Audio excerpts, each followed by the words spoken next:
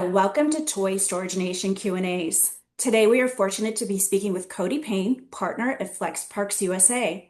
Cody, thank you for being here. Can you please introduce yourself and give us a bit of background on yourself and Flex Parks USA? Absolutely. So obviously appreciate you having me. Cody Payne, Flex Parks USA. We are a brokerage and advisory firm. So we mainly specialize in the small bay industrial space. So people that are, not familiar with it, it's got a lot of names: flex space, contractor garages, small bay industrial. At the end of the day, they're all the same thing in my opinion. And so that's what we do. We help sell them, and we also do feasibility and site analysis work for anybody that's looking to build a project anywhere across the U.S. So we help front to back, and I've been doing it for 20 years. Got a great team. We've been together a long time. Awesome, Cody. Thank you. And we'll get a little bit more in depth on what Flex Parks USA, how you can help folks. You guys do a number of things. First question I want to ask, because there do seem to be different definitions out there of what flex space is. What is your definition of flex space?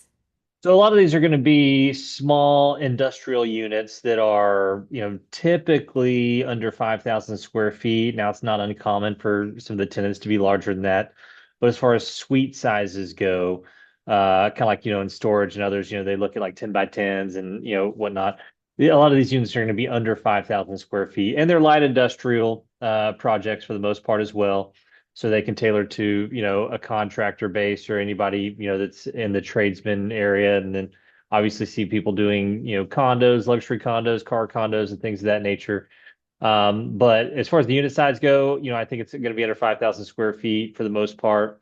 Um, a lot of these that you'll see, especially new construction, there'll be, metal projects that have a roll-up door and a walk-in door, and or a lot of times are 10% office space in there and then the rest warehouse.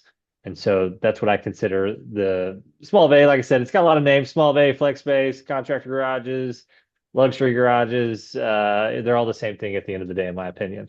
Got it, got it. It has been the buzzword of the last few years, right? Flex space. I think a lot of people have been hearing about it. Where do you see the market right now, and where do you see it going in the next 5 years? Right now, obviously, as you said, it's got a lot of eyes on it. So a lot of people are looking into it. A lot of people from other asset classes: storage, retail, office, multifamily. It's got a lot of different folks coming into it, which is great. It's been really good for the asset class because it really has been needed across the U.S. The U.S. has been undersupplied in it for a long time. And so getting all these additional eyes in it have helped kind of fill that void. And as a lot of these, larger metros and tertiary markets and other areas continue to see, expansion and growth, these parks are definitely needed. As far as how we see it in the future, I mean, there's still a lot of markets that are severely underserved. So we think there is a tremendous amount of growth there. And also the asset class is very diverse too. So you can build, a really basic product that, is more for, contractors and tradesmen, or something a little higher end that maybe we'll see gyms and fitness studios and people like that. So it is quite, it has a array of tenants that can come there. And so unlike any other asset class, really, it can pull from retail, office, showroom, light industrial. And so it has that ability, which it didn't have 20 years ago when I got started. Got it. A question I get a lot is the land. Any recommendations you can give to folks as far as the size of the land, the location? Because sometimes I do get calls from folks that they have a piece of land, they're trying to figure out how to best optimize it. This becomes a thought. So, anything you typically look for a good location? A lot of these don't have to be on main and main, which is a good thing. Obviously, anytime you're on main and main, it obviously helps. But as far as land goes, we're seeing a lot of people achieving around 25, 30% lot coverage. So, keep that in mind. If you're looking to build a 40,000 square foot facility, you're probably going to need close to 3 acres because, unlike storage and some other stuff, they do require a little bit more parking, a little bit, different drive aisles because you got, trucks parking and going through garage doors and things of that nature. But we're seeing that lot coverage done. A lot of the parks that are being built are around 45, 50,000 square feet across the US anyways. So a lot of people are achieving that within 3 acres. Got it. As far as the folks that are getting into this, are you seeing investors, developers coming into it from other areas, say, for instance, commercial, family housing? Have they had uh, real estate development experience? Or are you seeing folks that are completely new to getting into this as well? Seen both. So there's a lot of cross asset people. That's why you're hearing about it so much. A lot of people from the storage side are coming over to it, toy storage side, multifamily, everybody else. And to be honest with you, a lot of them are, we see a lot of new first time developers as well coming over into it, which is great. And, I think sometimes, and I think you see that in storage as well, because it can appear to be an easy construct, right?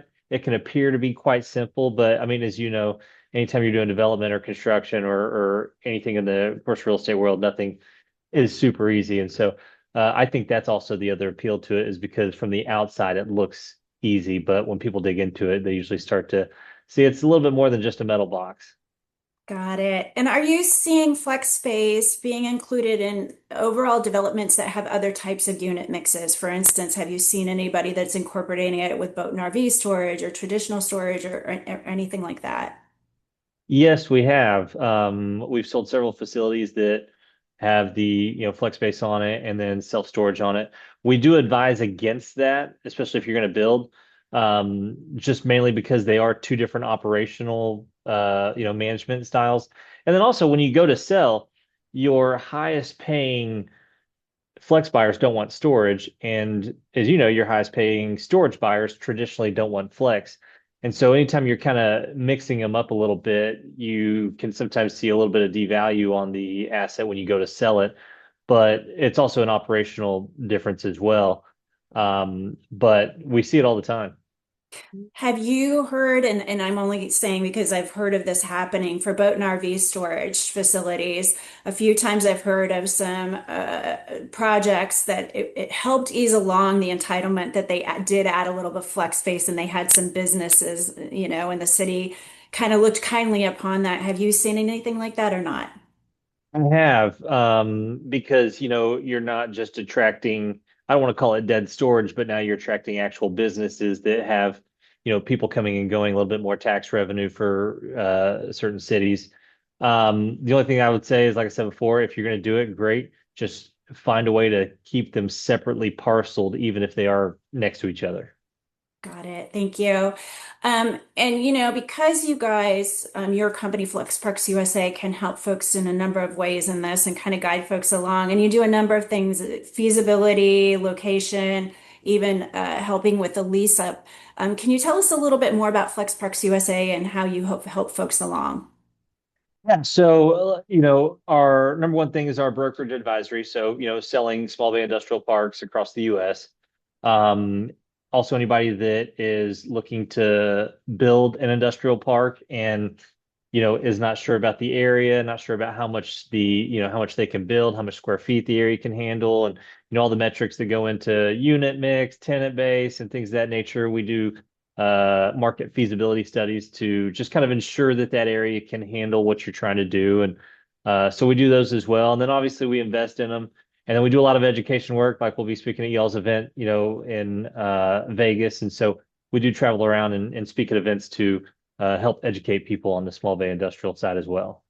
Fantastic, Cody. Thank you for being with us today. Before we go, if you could please give your company name again. I know we've said it multiple times, but it never hurts. Yeah. And also how folks can reach you, your contact information. Easy. Flex Parks USA. It's always on our shirt, and you can go to flexparksusa.com.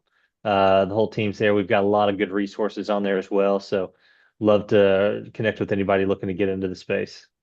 Thank you, Cody. If anybody would like to get to speak with Cody in person, as he did mention, he will be at our April 10th masterclass in Las Vegas. You can find information for it on our toystoragenation.com website. Thank you so much, Cody. Thank you.